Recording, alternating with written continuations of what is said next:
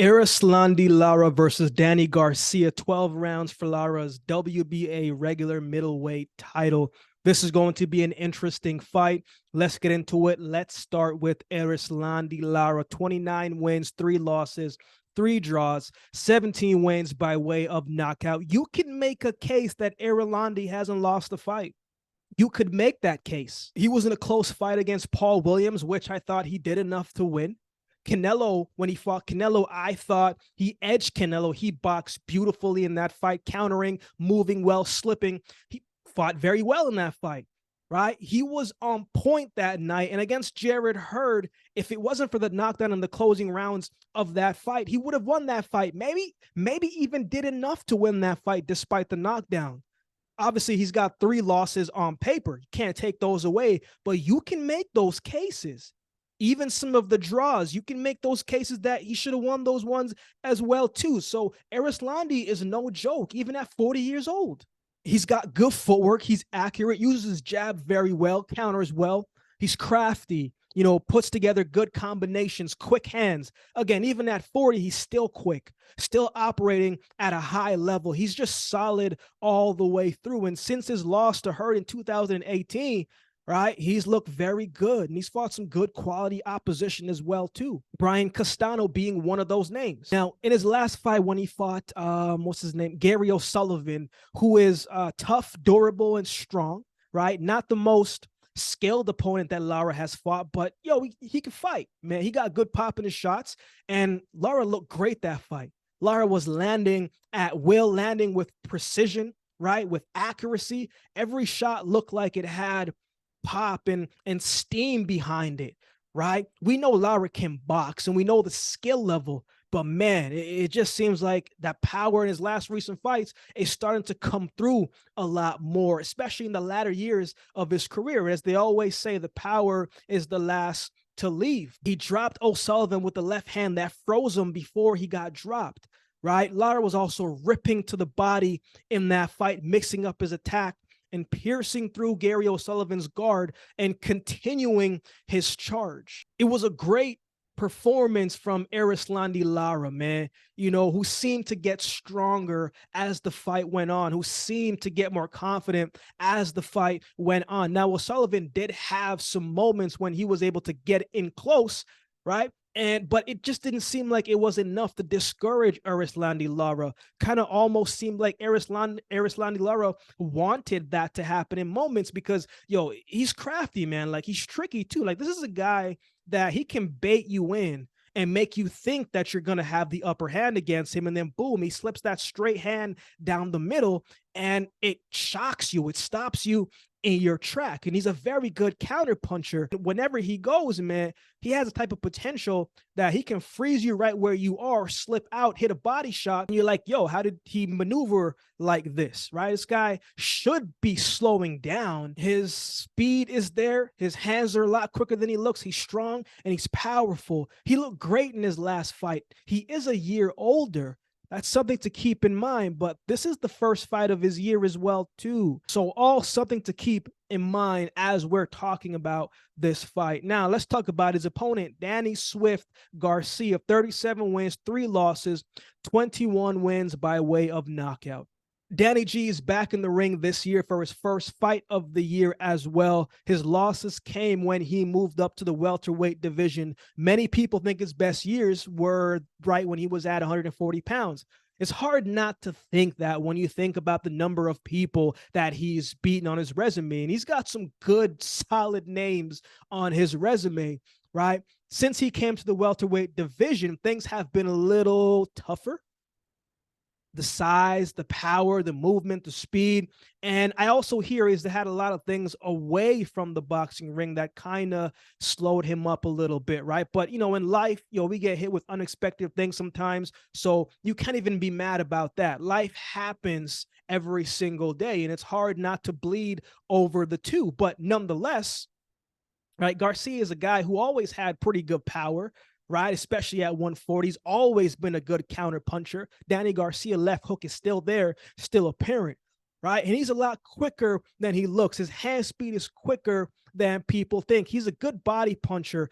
Garcia is looking to use his jab to set up the shot that he wants. He doesn't always use his jab consistently, right? One of the knocks on Danny Garcia as well, too, is he doesn't let his hands go enough throughout the fight. Now, when he thought Keith one-time Thurman, that was a prime Thurman, right? And I thought Garcia fought very good that fight. Thurman is a mover. He's not a guy who's going to sit and wait. He's going to create his own offense if the fight isn't going the way how he wants it to, or he wants to pick up the fight and steal momentum and impose his will. He's going to maneuver his way in from different angles, different looks, level changes, subtle feints.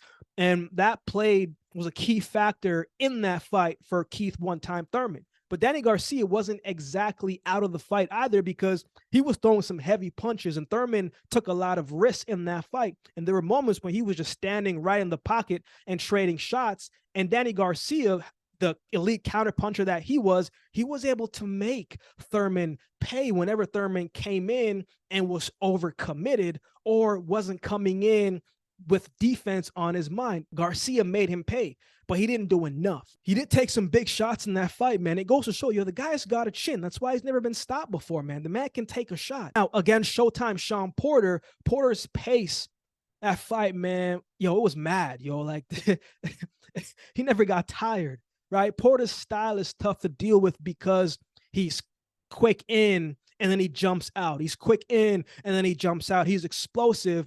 And it's calculated. It's a little wild at times, but he knows exactly what he's doing. So you never really have time to get comfortable when you're fighting Showtime Shawn Porter. Garcia doesn't have the best footwork, right? He's not the best mover, a little flat-footed, right? So he wasn't trying to evade Porter, right? He just kind of weathered some of that storm. He didn't move his head too much. And that was a fight where Porter just outworked him with the pace, right? Danny was trying to counter and let off one shot at a time, but Porter was coming in and letting off 3, 4, 5, 6, 7-piece combinations, even if it was a little bit wild. And not all of the shots landed when Porter was letting his hands go, but he kept Danny Garcia honest and on the defensive side of things because of the volume in what Shawn Porter was putting forth. And then right when he would let off the shots, he would jump back out, right? Reset and then jump back in. Garcia, though, I thought he fought a good fight. When he countered Porter, it was apparent. It snapped Porter's head back. It was eye-catching, right? It looked great.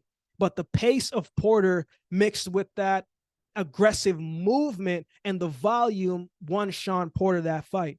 Against Errol Spence, man, he got outworked.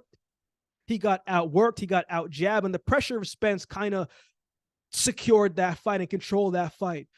But at the same time, Garcia is a smart boxer. He knows how to get off his shots and how he knows how to find ways in to be effective, but he's not always willing to let his hands go, as I said. And while he's a great counter puncher, his lack of volume and work rate, man, has lost him some fights. In his last fight, he fought Jose Benavidez Jr., where I thought he boxed very well, man. He was using the jab. He's always looking to counter and always does well when he does counter. But you could see he was working on some things in the gym, man. He was more improved from a moving standpoint, right? He was trying to maneuver in the ring and really trying to focus on that boxing side of things rather than just being a counter puncher. I saw more head movement as well. The pop was still there.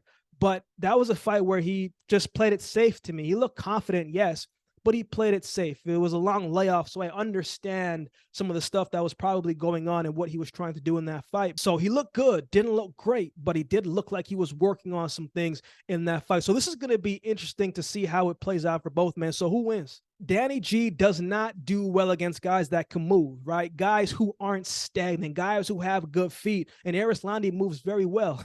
Lara's crafty and tricky, and he's got good feet, and he can pop. Right? He looked great in his last fight against Gary O'Sullivan. He looked great at 39, right? But what will he look like at age 40, right? We've seen people come into the ring and they look completely different than they have in their last fight. And the only thing that changed was the age, right? Garcia looked good in his last fight, and you could see there was some things he was working on, as I said. But for me, unless Erislandy comes out, man, and looks his age, I think he's going to come away with the win. This is at 155 pounds. But again, in close fights that Erislandy Lara has been in, where he may not have been the bigger name, he lost those close fights. So that's something that could come into play as well too. But I think Lara will get the win. Biting, he does not come in and look his age. If he looks anything like he did in his last fight, I think it's going to be a convincing win for Erislandy Lara. But at the same time, man, you just never know until it happens. But right now, I'm leaning towards Erislandy Lara to win this fight by some type of decision, mixed decision, split decision. But I think Erislandy Lara is going to be able to do enough to get the job done. Biting, he does not come in and look his age. What are your thoughts on this fight? Who do you have winning this one? Let me know in the comment section below. If you would like to support the channel, there's a couple ways you can do so. You can like, comment, share, and subscribe to the channel. If you would like to support by way of donation, you can find options in the description below. All donations go towards the growth and the support of this channel and will be greatly, greatly appreciated. We got a membership section going on the channel. I don't always get to do all the suggested videos you guys suggest in the comment section below, but if you become a member, those suggested videos rise to the top, and I will do my best to get those done for you. Or if you would like to become a member just to support the channel, that would be greatly, greatly appreciated as well. So with all that being said, if you've been watching the video, this time do me a favor and subscribe to the channel, and we'll definitely see you next time.